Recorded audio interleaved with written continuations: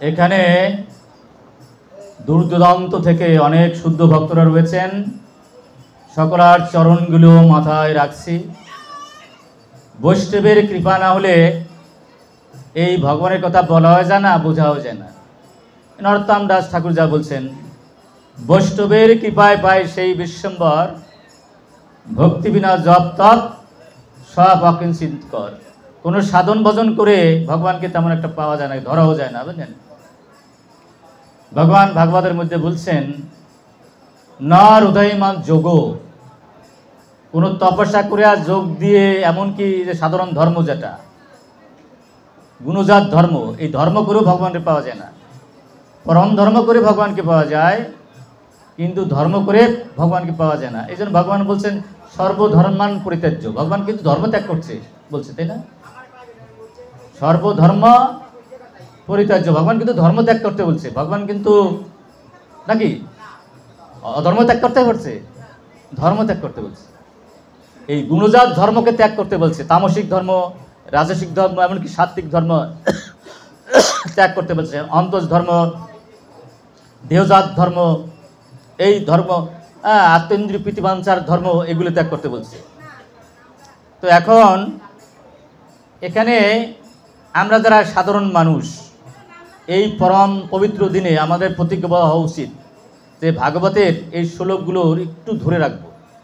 ভাগবতের চতুর্থ স্কন্ধের 29 অধ্যায়ের 1 খ নামক শ্লোকে অত্যন্ত চমৎকার ব্যবস্থা আমাদের জন্য দিয়েছে।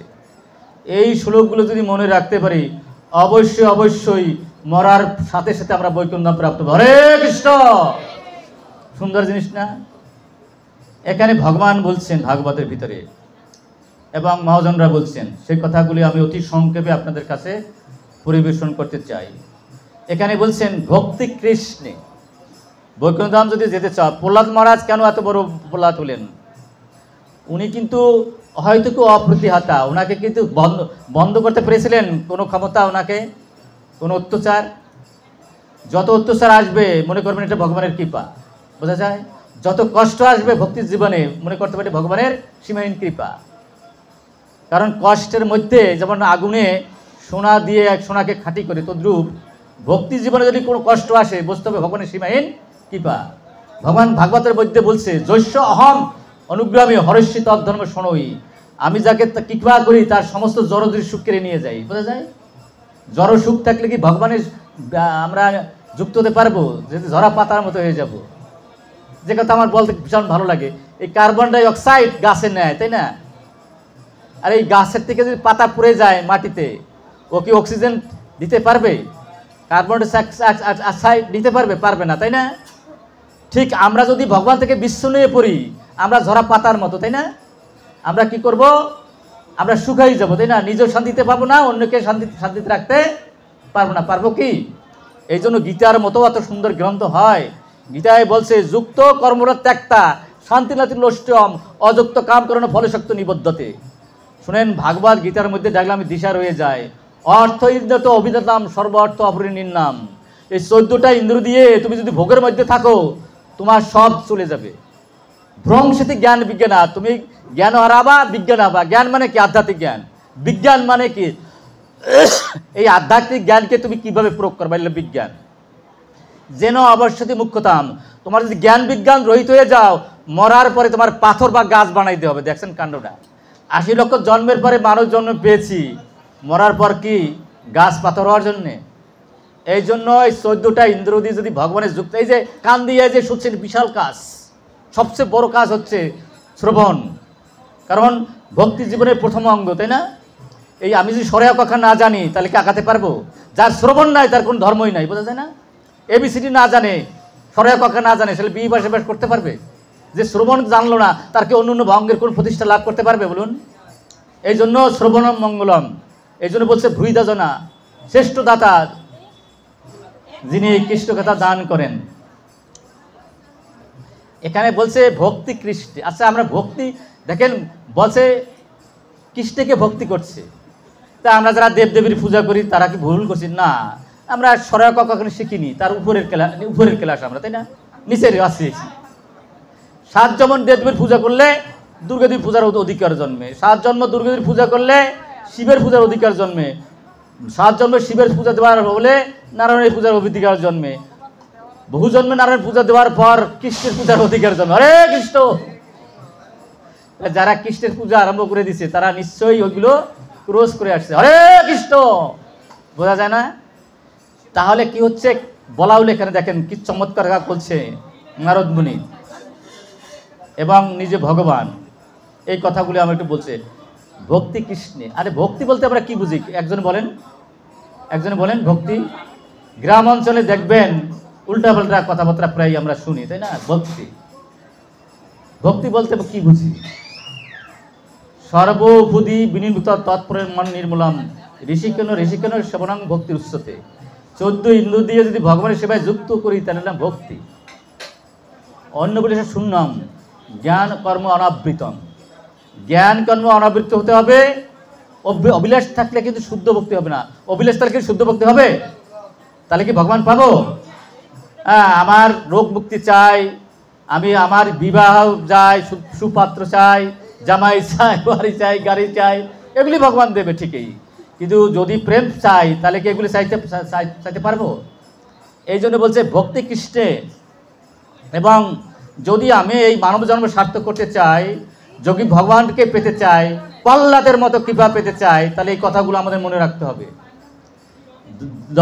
দয়া জীবেষু, এখানে ব্যাপারটা হচ্ছে এই অবস্থাটা দেখুন।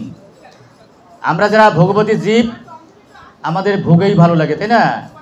ভোগে যেন উন্মত্ত হয়ে যায়, এটা দোষের কিছু না। আমাদের প্রাথমিক অবস্থাগুলি থাকবে, এটা দোষের কিছু না। কিন্তু এইটাই যেন আমাদের চূড়ান্ত শেষ সিদ্ধান্ত না হয়। আমরা একদিনেই গুণাতীত হয়ে যাব না, একদিনই আমরা ভোগ শূন্য হয়ে যাব না, একদিনই আমরা অকৃষ্ণ হয়ে যাব না। আমরা এইভাবে করতে করতে ভগবানের কাছে আস্তে আস্তে একদিন ভোগ মুক্ত হব, তাই না? একদিন কামনা মুক্ত হব। আমরা আসবো, কামনা নিয়েই আসবো। যেমন ধ্রুব মহারাজ কামনা নিয়েই তো গেছিল সাধনা করতে, তাই না? বাবার কোলে উঠবে, তখন বলল যে আমি তো এসেছিলাম কাছের জন্য, পেয়ে গেছি হীরক, আমি আর সংসারে যাব না। তখন বললো যে তোমার প্রারব্ধ আছে, তোমার 37,000 বছর সংসারে থাকতে হবে, তারপর তুমি এখান থেকে রেহাই পাবে, তাই না? সুতরাং একদিনই আমরা অকৃষ্ণ হব না। আমাদের কামনা থাকবে, অহংকার থাকবে, অভিমান থাকবে, ভোগ থাকবে, লালসা থাকবে। কিন্তু আমরা সাধু সঙ্গ করতে করতে, ভগবানের সঙ্গ করতে করতে, ভগবান কৃপা পেতে পেতে একদিন আমরা এটা বুঝে যাব। আমাদের পরম লাভ হচ্ছে ভগবানকে পাওয়া, আমাদের পরম লাভ হচ্ছে ভগবানের কৃপা পাওয়া, সেটা আমরা পেয়ে যাব। তবে এই কৃপা পেতে হলে, ভগবানের কৃপা পেতে হলে আমাদের কিন্তু জীবে দয়া করতে হবে। যে দয়া কি? একটা গাড়ি দেওয়াও দয়া, একটা বাড়ি দেওয়াও দয়া, একটা চাকরি দেওয়াও দয়া। কিন্তু এই দয়া কি পার্মানেন্ট? এটা কি মৃত্যুর সাথে সাথে শেষ হয়ে যাবে না? একটা ব্রহ্মাণ্ড দেওয়া দয়া বুঝলাম, ইন্দ্রত্ব দেওয়া, ব্রহ্মত্ব দেওয়া একটা দয়া বুঝলাম, এটা কি চরম দয়া? এটা তো সময় সব কেড়ে নিয়ে যাবে। যা সময় কেড়ে নিয়ে যায় তার স্বপ্ন, এটা স্বপ্নের বছর কিছু করলাম, তাই না? কি এটা স্বপ্ন না? অবশ্যই স্বপ্ন। স্বপ্নে আমরা 10-15 মিনিট দেখি, তাই না? জীবনও তো একটা স্বপ্ন, তাও 100 বছরে 80 বছর শেষ হয়ে যাবে। যা শেষ হয়ে যায় সেটাই তো স্বপ্ন, নাকি? তাই এখানে যদি দয়া হয়ে, আমরা যদি জীবকে দয়া করতে চাই তাহলে ভগবানের যুক্ত করে দিতে হবে, ভগবানের পাওয়ার ব্যবস্থা করে দিতে হবে, সেটা জীবে দেওয়া হবে। জীবে দেওয়া নামে রুচি বৈষ্ণব সেবন, ইহাতে ধর্মার নাই সাধন। সবচেয়ে বড় দয়া হবে জীবের প্রতি যদি 4টি নিয়ম পালন করা দিতে পারি, যদি নাম ধরাইতে পারি, প্রসাদ ভোজন করে দিতে পারি। আর সর্ব দয়া হবে জীবকে যদি বুঝাতে পারি তুমি দেহ নাও, তুমি আত্মা, তোমার এইটা হবে সবচেয়ে বড় দয়া। আত্মা সব পাইলেও তোমার কিছু না, সমস্ত হারাইলেও কিছু না। আমরা কেন এটার অভ্যাসে দৌড়াদৌড়ি করি?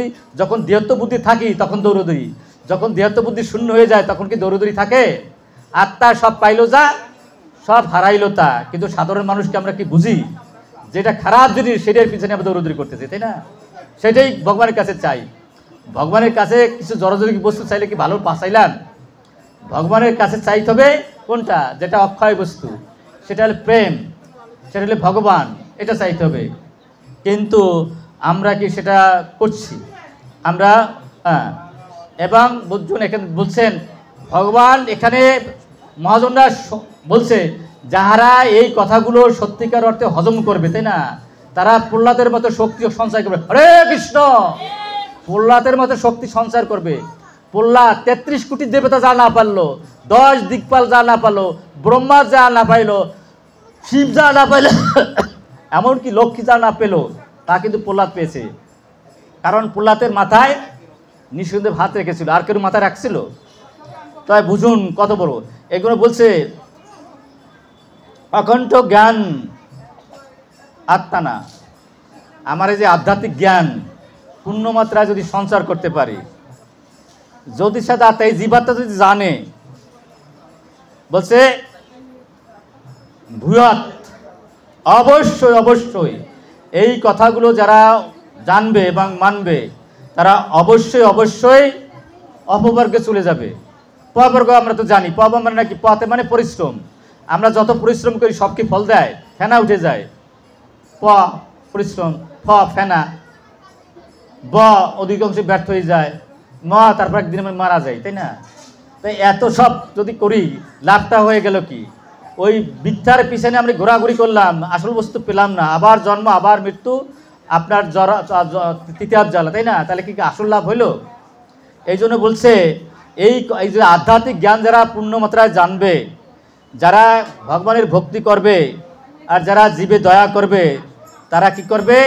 এই জড় জগতের হাত থেকে রেহাই পাবে। কি সুন্দর জিনিস না? এখানে যে বিষয়গুলো আমার প্রহ্লাদ মহারাজ করলেন, সেই বিষয়গুলো আমরা যদি করি বা সেটা অনুসরণ করি, আমরাও কিন্তু সেই পদান্ত অনুকরণ করে আমরাও সেই সুপথে চলতে পারবো, মানব জন্ম সার্থক হবে। 80 লক্ষ জন্মের পরেই মানব জন্ম পেয়েছি, এই প্রহ্লাদ চরিত্র শুনলাম, নৃসিংহ চরিত্র শুনলাম, অথবা তার কাহিনী শুনলাম, তার পথে যদি না হাঁটি তাহলে কি আগাতে পারবো? যে পথ দিয়ে ভগবানরে পাওয়া যায় সেই পথে যদি না উঠি তাহলে কি ভগবানের রাজ্যে যেতে পারবো? তাই না? ঢাকা হল উত্তর দিক, গেলাম দক্ষিণ দিক, কোনদিন ঢাকা পৌঁছতে পারবো? এই জন্য এখানে বলছে, দেখেন ভাগবতের 4th স্কন্ধের 31 অধ্যায়ের 19 নম্বর শ্লোক যা বলছে, এটা যদি জীব মনে রাখে তাহলে কি হয়? এই নিষিদ্ধ চতুর্দশী উপবাস আমাদের সার্থক হবে। আমরা জানি এই উপবাসে যদি কোনো রকম যথার্থভাবে আমরা করি, তাই না, তাহলে 181 ফল পাবো, তাই না? এবং হবে না এমন কিছু নাই এই নিষিদ্ধ চতুর্দশীতে আমরা যদি করতে পারি, তাই না? নিশ্চয়ই আমরা করি। এখানে কে কে আছেন উপবাস? কে কে আছেন? হাত জাগান। আপনাদের চরণে কোটি কোটি ধন্যবাদ জানাই। এই দিন আপনারা যে কী পাবেন তা আমি অল্প সময় বলে শেষ করতে পারবো না। চন্দ্র সূর্য নিপাত যাওয়া না পর্যন্ত যত আপনার বাধা আসবে, সেই বাধাগুলো ভগবান নৃসিংহদেব চক্র নিয়া প্রতিবোধ করবে। হরে কৃষ্ণ। 4টিখানি ব্যাপার বলুন, 4টিখানি ব্যাপার। আরও আছে অনেক কিছু বলার আমাদের সুযোগ সময় নাই। তবে এখানে জীবে দয়া নামের রসিক বৈষ্ণব সেবন, ইহাতে ধর্ম আর নাই সনাতন। আমি বড় সাধু হয়ে গেলাম কিন্তু অন্যের কোনো উপকার করলাম না, তাহলে কিন্তু এই সাধুগুরিতে তেমন একটা বেশি লাভ হবে না। এই জন্য গীতায় বলছে, জয়গম পরম গুজ্জম মদ ভক্তস্য অভিদস্যতি ভক্তিময়ী পরম কৃতা মামেশী দশংশ। কি সুন্দর কথা বলছে। তুমি যে কথা জানছো সেই কথা যদি অন্যকে বলো, আমি তোমাকে পরাভক্তি দান করবো। হরে কৃষ্ণ। আমি নিজে সাধন ভজন করি, এটা বেশি একটা গুরুত্বপূর্ণ না, কিন্তু আমি যেটুকু লাভ করলাম এটা যদি অন্যকে দিতে পারি সেটা হলো সর্বোত্তম। হরে কৃষ্ণ। বোঝা যায় না? আমি যেটুকু জানলাম এটা যদি অন্যকে দিতে পারি তাতে ভগবান ভীষণ খুশি। এবং বলছে তুমি যদি দিতে চাও সন্তুষ্ট থাকতে হবে। সুখ হলো সন্তুষ্ট, দুঃখ হলো সন্তুষ্ট, লাভ হলো সন্তুষ্ট, লোস হলো। এই গীতার মধ্যে কি সুন্দর কথা বলছে, যদ ইচ্ছা লাভ সন্তুষ্ট, যখন যা পাবে সন্তুষ্ট থাকবে। সংস্পর্শ ভোগা দুঃখ জানাবে এ বয়েতে। এই পৃথিবীতে যা কিছু দেখো সব কিছু সময় নিয়ে যায়, সবই দুঃখের। এখানে সুখ বলতে কিছু নাই। এখানে তুমি সুখ বলতে যা ভাবো সেটাও দুঃখ। আর আমরা মূর্খ মানুষগুলো এই দুঃখকে টেনে নিয়ে আসছি। সুখ হলো ভগবান, সুখ হলো ভগবানের কৃপা, তারা নিয়ে জড়যুক্তি বস্তু বিয়ে দৌড়দৌড়ি করতেছে। কি ঘটনা আমাদের, তাই না? কি দুর্ভাগ্য আমাদের। এবং বলছে, উনি বললেন যেন কেন বা সন্তুষ্টা, যেন কেন বা সর্ব অবস্থায় তোমাকে সন্তুষ্ট থাকতে হবে। কেন? এই জগৎ সংসারে ভালো কি মন্দ কেউ কিছু করতে পারে না আমার অনুমোদন ছাড়া। কি সুন্দর কথা বলছে ভগবান। আত্ম ইন্দ্রিয় পিতবাঞ্ছায় জীব কুটিবাঞ্ছা করে, কৃষ্ণের যে ইচ্ছা সেই ফল ধরে। তোমার ভালো কি মন্দ, লাভ কি লোকসান আমি অনুমোদন না করে আসতো না, পরের দোষ দিয়ে লাভটা কি? দেখছেন কি সুন্দর কথা বলছে। এই জন্য তুমি কেউ দোষ দিতে যেও না, আর কখনো তুমি অসন্তুষ্ট হতে যেও না, কারণ আমি অনুমোদন করেছি বলেই তোমার কপালে এটা জড়ছে। আমি কিন্তু তোমার ইচ্ছে করে দেই নাই, তোমার কর্মফল। তুমি ধান লাগাইছো, আমি কি তোমাকে তিল দেবো নাকি? তুমি পাট লাগাইছো, আমি কি তোমাকে মুখ দেবো? তুমি যেটা করেছো তার পরিবর্তে তুমি এটা পেয়েছো, সেটা তো তোমার কর্মের ফলের ফসল তুমি পেয়েছো, এটা তো তোমার প্রাপ্য। তোমার প্রাপ্য বস্তু যা পেয়েছো তোমার সন্তুষ্ট থাকা উচিত নাকি? না নাকি? তুমি 2 দিন পরিশ্রম করেছো, কিষাণ দিয়েছো, কিষাণ না লেবার, তুমি কি 4 দিনের তা পাবা? তুমি কি 1 মাসের তা পাবা? যেটুকু লেবার দিয়েছো ততটা আমি তোমার দিয়েছি। এই জন্য বলছে আত্ম ইন্দ্রিয় প্রীতি বাঞ্ছায় যে কুটি বাঞ্ছা করে, কৃষ্ণের যে ইচ্ছা হয় সেই ফল ধরে। তোমার ফলটা পেয়েছো, তোমার কর্মফল পেয়েছো। এই জন্য আমরা যারা একটু সামান্য বুদ্ধি আছে তারা কখনো দুঃখের দুঃখ মনে করবো না, সুখের সুখ। আর সুখ দুঃখ তো কিচ্ছু না, হলো স্বপ্ন, মায়ার খেলা। আমার আত্মার সাথে কোনো যোগাযোগ নেই, এটা বাইরের বস্তু। সুখ দুঃখ, লাভ লোকসান, পাওয়া না পাওয়া সব হলো বাইরের বস্তু, এলো অন্ধকার। আর অন্ধকারটারে আমরা ভালো বলে মনে করতেছি, কি কাণ্ড, তাই না? কি দুর্ভাগ্য আমাদের, তাই না? এখানে এখানে ভগবান একটা চরম কথা বলছেন যে আমারে যদি সন্তুষ্ট করতে চাও তাহলে সর্ব ইন্দ্রিয় উপশান্তা, সমস্ত ইন্দ্রিয় তোমার নিয়ন্ত্রণে থাকতে হবে। চোখ দিয়ে যাতা দেখা যাবে না। আমার চোখ দিয়েছিলাম আমাকে দেখার জন্য, আমার সাধুকে দেখার জন্য, তাই না? আমার গ্রন্থ দেখার জন্য, আর কোনো জন্য তোমার দেখা দেয় না। হ্যাঁ, মুখ দিয়েছিলাম আমার প্রসাদ খাওয়ার জন্য, তাই না? কান দিয়েছিলাম আমার কথা শোনার জানার জন্য, পা দিয়েছিলাম আমার মন্দিরে যাওয়ার জন্যে, পা তোমার সমস্ত ইন্দ্রিয় দিয়েছিল আমার সেবার জন্যে।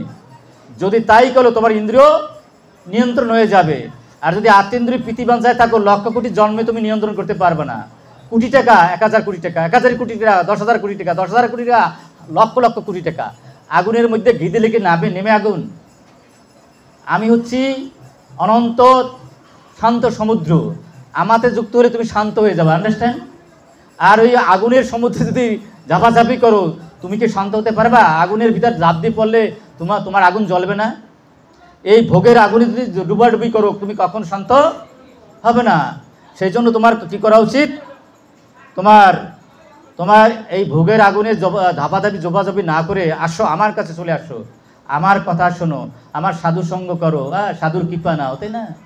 প্রহ্লাদ মহারাজ তাই বলছে, আমি কিছুই চাই না, আমি যেন তোমার ভক্তের মুখে যেন কৃষ্ণ কথা শুনতে পারি। পৃথু মহারাজও তাই বলেছে, ধ্রুব মহারাজও তাই বলছে, কে না বলছে? সবাই তো বলছে, কিন্তু আমার মতো মূর্খ বললো না। আমার যশ চাই, মান চাই, প্রতিষ্ঠা চাই, আর জড় সুখ চাই, তাই না? হায় রে পুরা কপাল, 80 লক্ষ জন্মের পরে মানুষ জন্ম পেয়ে কুকুর বিড়াল যা চায় না সেইগুলো আমি চাচ্ছি, তাই না? কুকুর বিড়াল না চাইতে ভগবান সব কিছু ব্যবস্থা করে দিচ্ছে, তাই না? তাদের কি ব্যবসা আছে, হাট বাজার আছে? লক্ষ কোটি জীব সমুদ্রে থাকছে, খায় কি? লক্ষ কোটি জীব এই বনে জঙ্গলে থাকছে, খায় কি? ভগবান জোগাড় করে দিচ্ছে না? আর আমি মূর্খ মানুষ হয়ে যদি ওই চাওয়া পাওয়ার পিছনে থাকি, তাহলে আমি কুকুর বিকেলে লেসারে খারাপ না? এই জন্য তুমি কিছু চাইতে যেও না, কি লাগবে আমি জানি, তাই না? আর তুমি চাইতে গেলে তুমি ঠকবা, তুমি তো বোকা। তুমি কি চাইতে কি বোঝো? তোমার কি লাগবে আমি জানি, আমি তোমারে দেবো, আর তুমি চাইতে গেলে ঠকবা, তাই না? ছোট্ট করে বলি, প্রভুদেব খুব সুন্দর করে বলতেন যে একজনের 1000 কোটি টাকার মালিক, তাই না? তার ইন্ডাস্ট্রিতে পুলিশ সাই হয়ে গেছে, আর এক বন্ধু 1000 কোটি টাকা, বলছে আমি বন্ধুর কাছে যাই এখন কিছু চাইবো, তাই না? বন্ধু বসে আসলে ওরা 1000 কোটি টাকা দিয়ে দেবো। বন্ধুর কাছে যদি বলে যে ভাই আমি তো এখন সব পুড়ে গেছে, ইন্ডাস্ট্রি কিছু নাই, আমার 5 কোটি টাকা দে, তার হাট মানে ঠকলাম না? বন্ধু তো কয়েক হাজার কোটি টাকা নিয়ে বসেছিল, তাই না? আমি চাইলাম কি কয়েক কোটি টাকা মাত্র, তাহলে আমি ঠকলাম না? চাইতে ঠকে মানুষ, আর যারা কিছু না চায় তারা সব পায়, হরে কৃষ্ণ। আর যারা চায় তারা যেটু চায় সেটুইতে ঠকে। আমরা মূর্খ মানুষগুলো চাইতে যাই, হায়ের কি পুরা কপাল। আর এখানে ভগবান বলছে যখন যা পাও তা নিয়ে যদি সন্তুষ্ট থাকো, আমার হৃদয়টা পরিপূর্ণ হয়ে যায়, কারণ তুমি আমার সিদ্ধান্ত মেনে নিয়েছো। ভগবান বলতেছে যখন যে অবস্থায় আসো, এই অবস্থায় যদি তুমি আমাকে না বলো, আমার হৃদয় আনন্দে পরিপূর্ণ হয়ে যায়, হরে কৃষ্ণ। আর আমি কি সেই আনন্দ তোমাকে ফিরেই দেই? বুঝেন কি ঠেলাটা? সেই আনন্দ আমি তোমাকে ফিরাই দেই, আমি সেই আনন্দ তোমাকে ফিরাই দেই।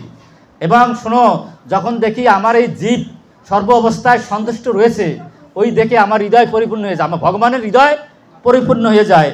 তুষন্তি আশু, আমি কি কই? আমার হৃদয় পূর্ণ হয়ে যায়, আনন্দে পূর্ণ হয়ে যায়, আর সেই আনন্দ আমি তোমাকে ফিরাই দেই। এই যে দেখেন আমার পূর্বত, আমার গুরু মহারাজ, এই স্বরূপ গোস্বামী আর শুদ্ধ ভক্তরা আনন্দে আত্মরা আছে না। এই যে আপনার স্বরূপ গোস্বামীর মধ্যে ওরা একজন ছিল প্রাইম মিনিস্টার সনাতন গোস্বামী, তাই না, একজন অর্থমন্ত্রী, এমনকি আপনার স্বর্ণ মুদ্রা যে কি বলবো স্পর্শমণি পর্যন্ত ছেড়ে দিল। ওর তা বেশি কিছু না পেলে ছাড়তে পারতো? পরম দ্রষ্টা নিবর্ততে, এরা ছাড়তে পারে, ওর চেয়ে বড় কিছু না পেলে ছাড়ে? নিশ্চয়ই এই আনন্দ বড় আনন্দ, এই কাম আনন্দের চেয়ে প্রেমানন্দ 1000 কোটি গুণ বড় না? তা না হলে আমার গুরু মহারাজ 1000 কোটি টাকার মালিকের নাতি, ওই সব ছেড়ে দিয়ে কি হালসাস কাটতে পারতো?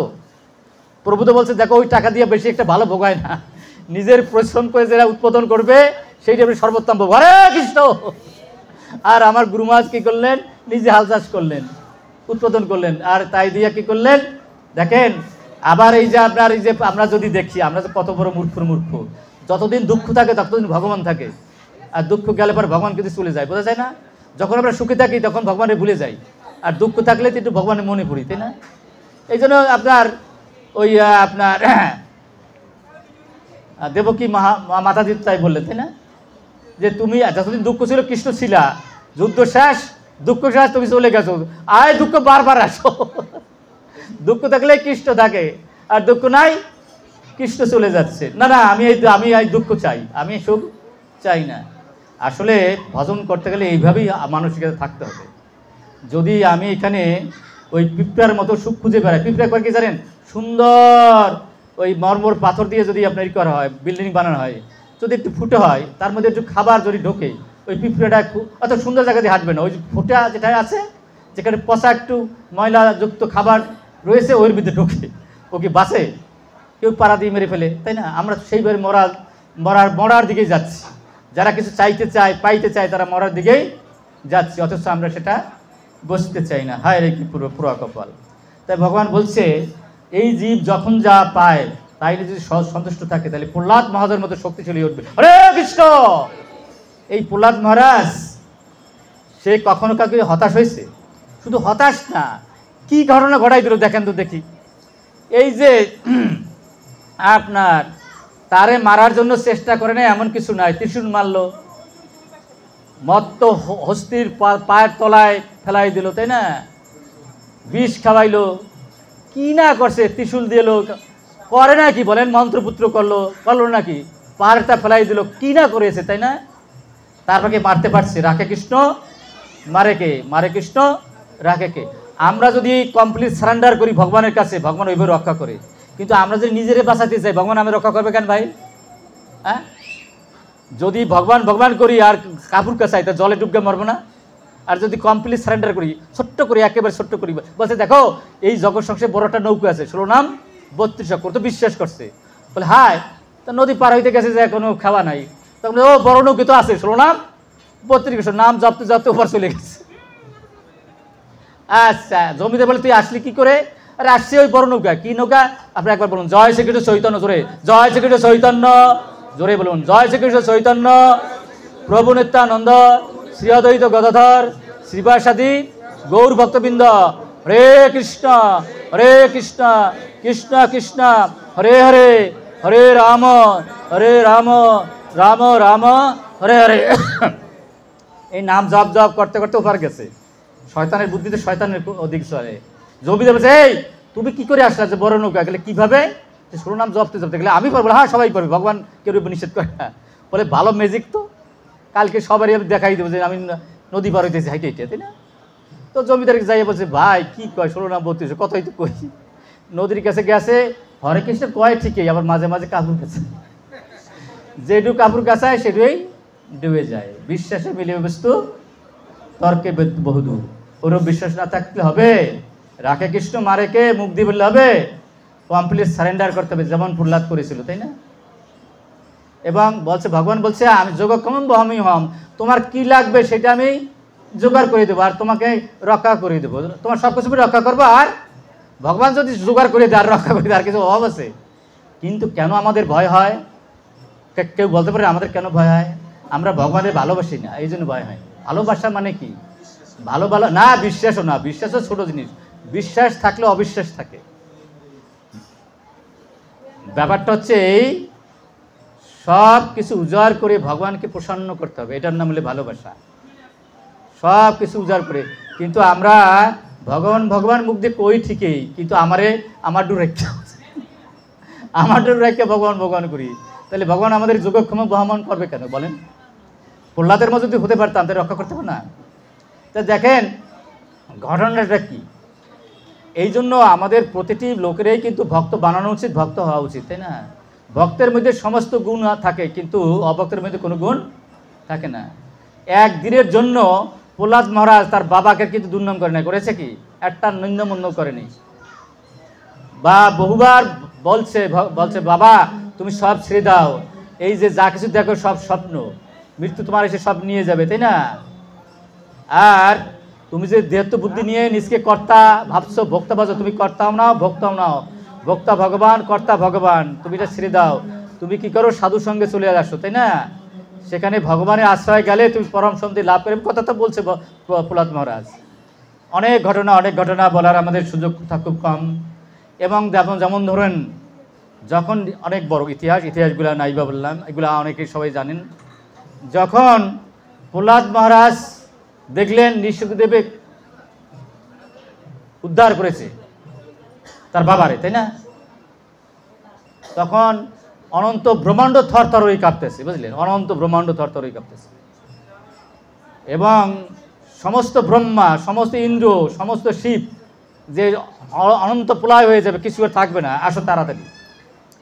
সমস্ত দেবতারা 10 দিকপাল ব্রহ্মা শিব দূর থেকে স্তব্ধ করছে, যাইয়া যে নৃসিংহদেবকে শান্ত করবে তা করতে পারে না, সেই শক্তি নাই।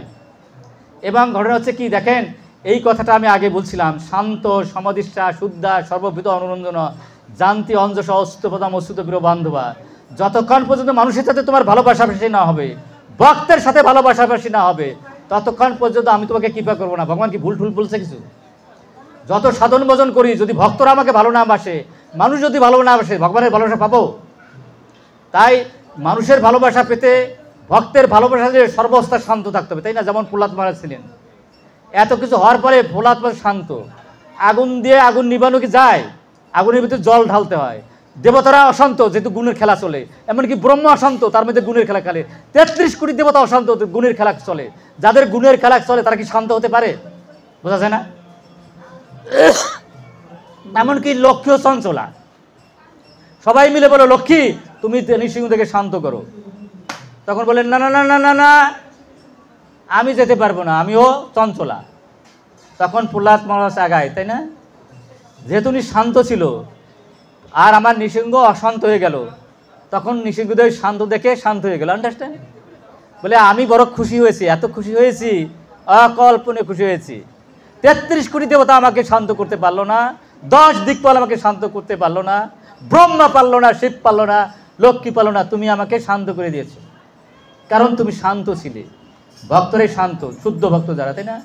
তারা জানে যা কিছু ভগবানেরই, দুঃখ ভগবানের, সুখ ভগবান, আর দুঃখটা ভগবানের কৃপা। আন্ডারস্ট্যান্ড?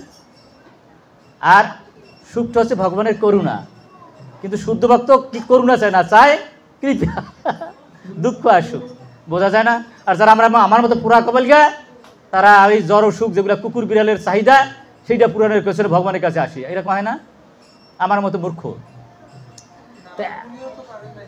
আচ্ছা আচ্ছা, তো এখন ঘটনা হচ্ছে এটা লীলা। রানক ব্রিজটা করছে, এটা আমাদের মতো ঘটনা না, বলে লীলা। বুঝতে হবে, আমরা যা করি আমাদের আত্মইন্দ্রিয় প্রীতি বাঁধার জন্য করি, ওনারা যা করেন এটা আমাদের শেখার জন্য। বুঝতে হবে।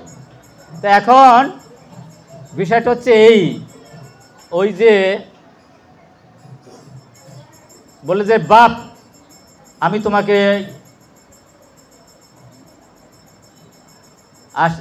বর দিতে চাই। দেখেন প্রহ্লাদ মহারাজ কি বলে, এ ঋষিগদা তুমি কি বলো? আমি কি তোমার ব্যবসা পাতাইতে চাচ্ছেন নাকি? তোমাকে ভালোবাসি, ভক্তি করি, এর বিনিময়ে তুমি আমার দিতে চাও। আমি কি তোমাকে ব্যবসা পাতাইছি কিনা? আমি কি ব্যবসায়ী? টাকা না দিলে কাপড় দেবো না, আর টাকা দিছি আর কাপড় দেবা? আমি তোমাকে কিছু চাই না, হয়তো কি অপরিত, আমার কাছে কিছু আমার চাওয়া নাই, পাওয়া নাই। দেখেন ভগবান কাকে বলে, ভগবান নৃসিংহদেব কত বড় চতুর। বলে এই প্রহ্লাদ মহারাজ, আমি তো তোমাকে ভাবছি অত্যন্ত ভালো বুদ্ধিমান, তুমি কি চাও না আমাকে এই করতে, খুশি করতে? আমি সবচেয়ে বেশি খুশি হই কেন জানো? যদি আমি কোনো ভক্তকে কিছু দিতে পারি সেদিন আমি সবচেয়ে বেশি খুশি হয়। তুমি কি চাও না আমাকে খুশি করতে? বলে ও তুমি আমাকে খুশি করতে চাচ্ছ, সেই জন্য ও ভগবানের কি বুদ্ধি। কালে তাইলে তাইলে তুমি যদি খুশি হও তাহলে আমি চাই। কালে কালে চাও। দেখো আমার বাবা না এই যে জগৎ সংসার যারা বিয়া করে পুতনাম নরক থেকে উদ্ধার পাওয়ার জন্য, তাই না? এবং সবচেয়ে বড় যজ্ঞ হচ্ছে স্ত্রীর গর্ভে সন্তান উৎপাদন করে। এত বড় যজ্ঞ আর জগৎ সংসারে নাই। কিন্তু আমাদের যজ্ঞ হয় না কোনো, আমরা কামনার ফসল ফলাই, আন্ডারস্ট্যান্ড? কিন্তু যদি কামনার ফসল না করতাম তাহলে এটা মহাযজ্ঞ হয়ে যেত, বোঝা যায় না? সুসন্তান উৎপাদনের জন্যে যদি 1 লক্ষ নাম জপ করে স্ত্রীর সঙ্গে স্বামীর সঙ্গে, নাকি সন্তান, যেমন কৃষ্ণ আর সুতাপা করেছিল, কয়েক লক্ষ বছর সাধনা করছে ভগবানকে আনার জন্য, কোনো সময় পায় না, তাই না?